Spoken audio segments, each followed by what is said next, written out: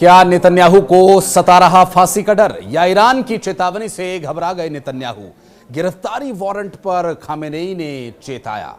नमस्कार, मैं हूं आशीष त्रिपाठी और न्यूज़ 18 के सोशल मीडिया प्लेटफॉर्म पर आप सभी का बहुत स्वागत है। इस वीडियो में हम बात करेंगे इन 3 बड़े पॉइंटर्स की, जिसमें इजराइल आखिर अब अगला कदम ये क्यों उठाने वाला है, बताएंगे आपको। इजराइल के प्रधानमंत्री बेंजामिन नेतन्याहू के गिरफ्तारी वारंट के बाद अब उन पर चौतरफा दबाव बनाने की कोशिश जारी है और ये ईरान के सुप्रीम लीडर आयतुल्लाह खामेनेई ने नेतन्याहू को फांसी की सजा दिए जाने की मांग करके दबाव और बढ़ा दिया है। लेकिन इस बीच एक ऐसी खबर आई जिससे नेतन्याहू के बलकस अब ढीले पड़ते दिखाई दे रहे हैं।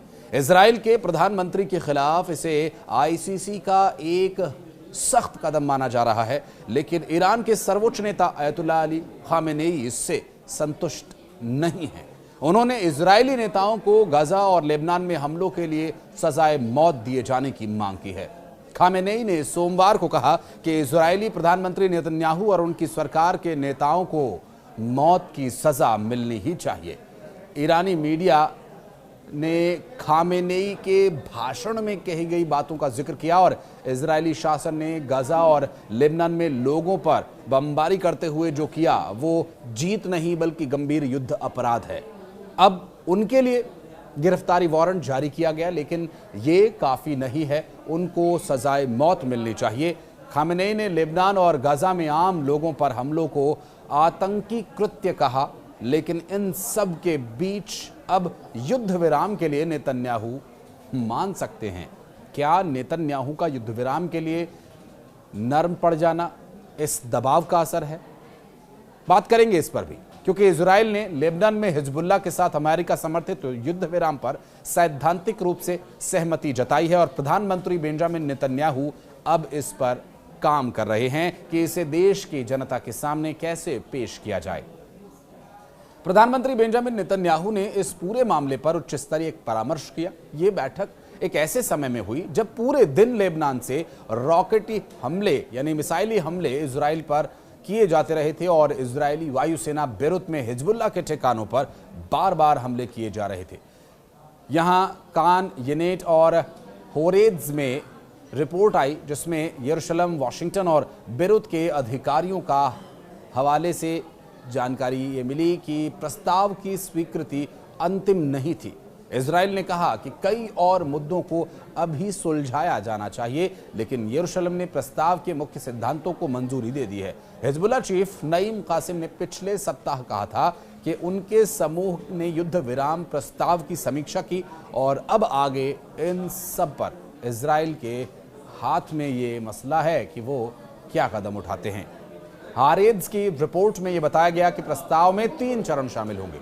एक, युद्ध विराम, जिसके बाद हिजबुल्लाह लिटानी नदी के उत्तर में अपनी सेवाएं हटा लेगा, सेनाओं को पीछे बुला लेगा, और दूसरा ये कि दक्षिणी लेबनान से इजराइल की वापसी, और तीसरा ये कि विवादित सीमा क्षेत्रों के सीमांकन पर इजराइल लेबनानी वार्ता। और प्रस्ताव में यह भी कहा गया कि अमेरिका के नेतृत्व में एक अंतर्राष्ट्रीय निकाय को युद्ध विराम की निगरानी का काम सौंपा जाएगा और इजराइल को उम्मीद है कि उसे वॉशिंगटन से एक पत्र मिलेगा जिसमें यह लिखा होगा कि लेबनान की सेना और अंतर्राष्ट्रीय बलों की ओर से कोई कार्रवाई न किए जाने पर भी हिजबुल्लाह की ओर से युद्ध विराम की शर्तों को तोड़ा जाता है तो सैन्य कार्रवाई करने के उसके अधिकार की पुष्टि हो ही जाएगी। और इजरायली सेना ने लेबनान में लिमिटेड टारगेट ग्राउंड ऑपरेशन 1 अक्टूबर को शुरू किया था और इस पूरे ऑपरेशन का नाम दिया गया था नॉर्दर्न एरो। एक तरफ इजरायली सेना एक के बाद एक एयर स्ट्राइक करके हिजबुल्लाह के ठिकानों और उनके हथियारों के भंडार को निशाना बना रहा था, तो जमीन पर भी ऑपरेशन तेज कर दिया गया। लेकिन अब सीजफायर का समय आ गया। इजरायली मीडिया के मुताबिक सोमवार को इस सीजफायर एग्रीमेंट को तैयार कर लिया गया है। मंगलवार तक इजरायली नेशनल सिक्योरिटी कैबिनेट की बैठक में इस पर मुहर भी लग सकती है। इजरायली सरकार के प्रवक्ता ने कहा कि डील की तरफ बढ़ रहे हैं, लेकिन अभी कुछ मुद्दे ऐसे हैं जिसे एड्रेस करना है। हालांकि बेंजामिन नेतन्याहू ने इसे मंजूरी भी दे दी है।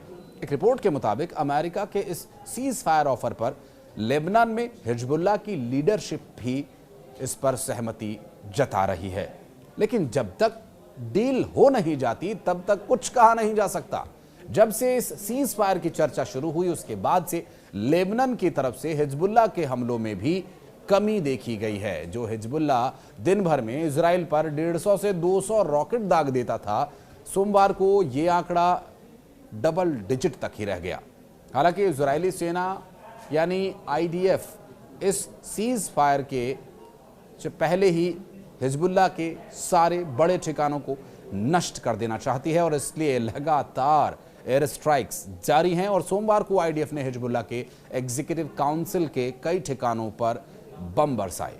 बहरहाल इजराइल और हिजबुल्लाह के बीच सीज फायर से न सिर्फ लेबनान के आम लोगों को राहत मिलेगी, साथ ही जो भी इस जंग से बचने के लिए सीरिया और अन्य जगहों पर शरण लेने को मजबूर हैं, उनकी भी घर वापसी संभव हो सकेगी।